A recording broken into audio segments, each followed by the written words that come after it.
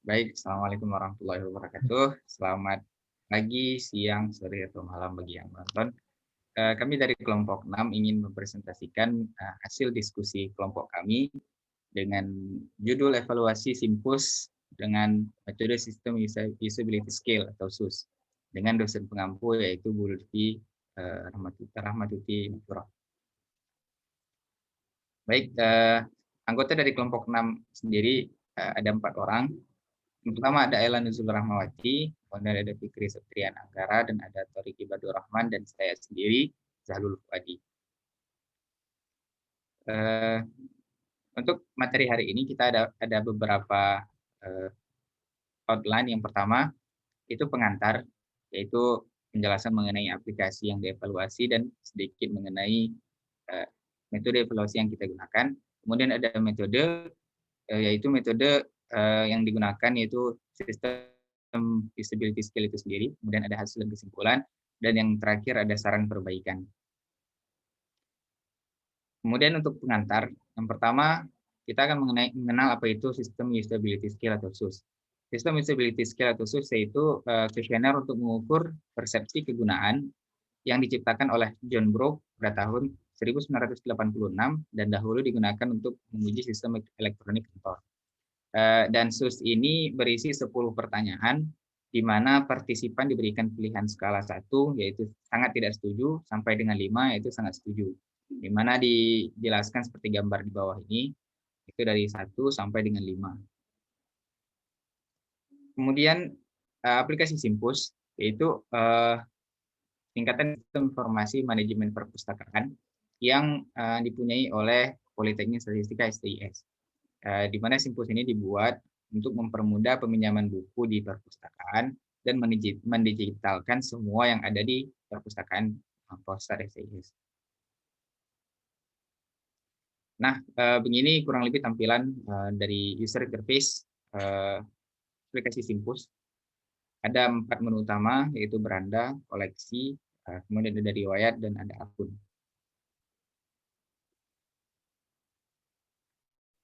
Ya, selanjutnya akan dijelaskan oleh. Ya, berikutnya saya akan menjelaskan mengenai metode yang digunakan pada evaluasi kali ini. Next. Yang pertama adalah pengumpulan datanya.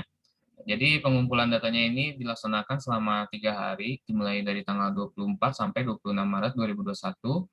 Kemudian jumlah responden terdiri dari 40 orang. Jadi kuesioner ini disebar ke beberapa grup WA, grup kelas, dan grup Himada atau grup UKM. Lalu kuesionernya ini menggunakan Google Form. Selanjutnya.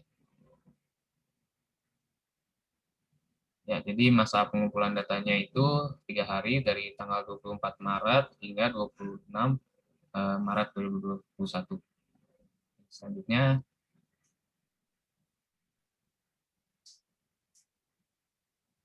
ya, berikut pertanyaan yang kami modifikasi dari template SUS itu sendiri. Jadi ada 10 pertanyaan yang kami sesuaikan dengan kebutuhan untuk evaluasi aplikasi Simpus ini. Selanjutnya.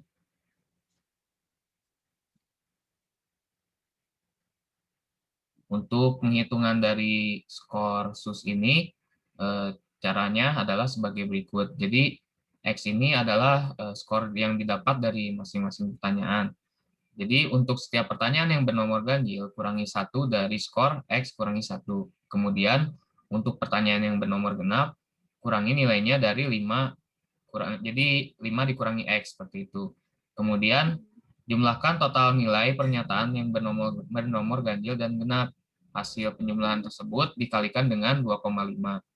Kemudian, hasil perhitungan dari masing-masing responden dirata-ratakan sehingga dapat skor SUS secara keseluruhan.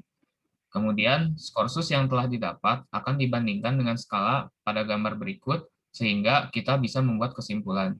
Selanjutnya, berikut ada gambar skalanya ya. Jadi skor SUS yang telah didapat itu akan dibandingkan dengan skala pada gambar di bawah ini ya. Jadi dikategorikan pada skala di bawah, misalnya grade A, grade B, grade C, apakah acceptable atau not acceptable, seperti itu. Selanjutnya, ya berikutnya hasil dan kesimpulan akan dijelaskan oleh Ella. Nah, berikut ini adalah hasil dari perhitungan menggunakan metode SUS. Next, Bu.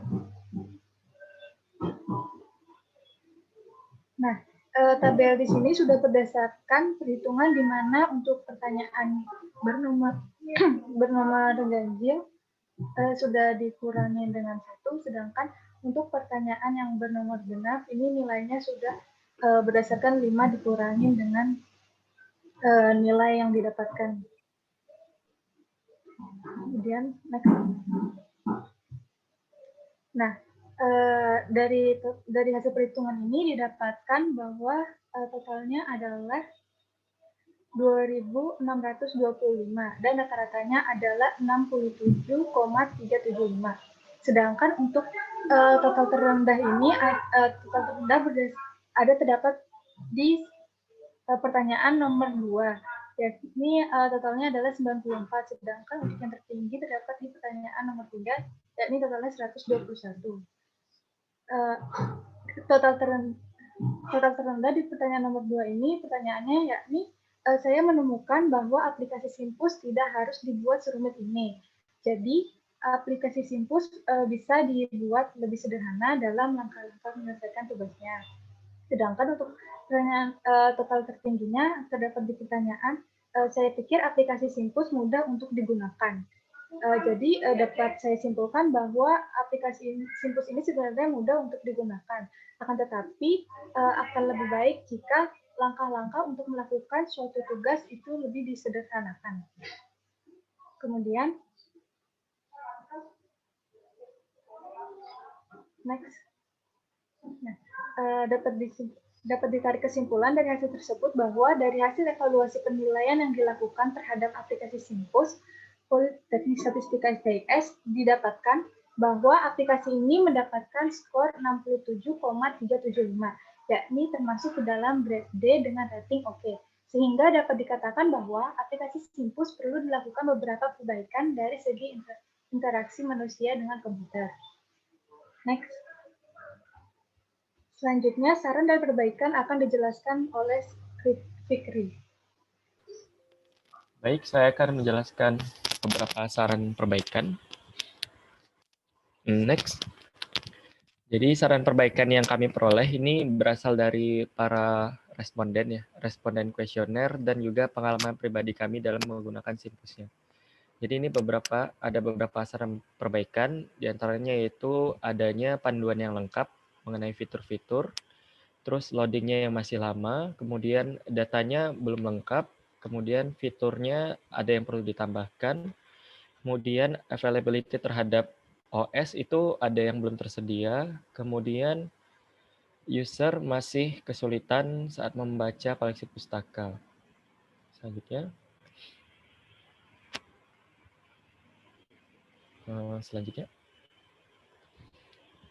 Kemudian fitur yang belum tersedia itu harusnya tidak ditampilkan, terus konsistensi dalam memberikan feedback, kemudian menambahkan fitur filter untuk e-book, terus yang terakhir adalah tampilan saat masuk ke list buku itu diusahakan untuk terurut untuk mempercepat scanning oleh user. Oke, saya kembalikan ke moderator. Baik, sekian presentasi dari kami. Terima kasih atas perhatiannya. Mohon maaf atas kesalahannya. Kami tutup. Terima kasih. Assalamualaikum warahmatullahi wabarakatuh.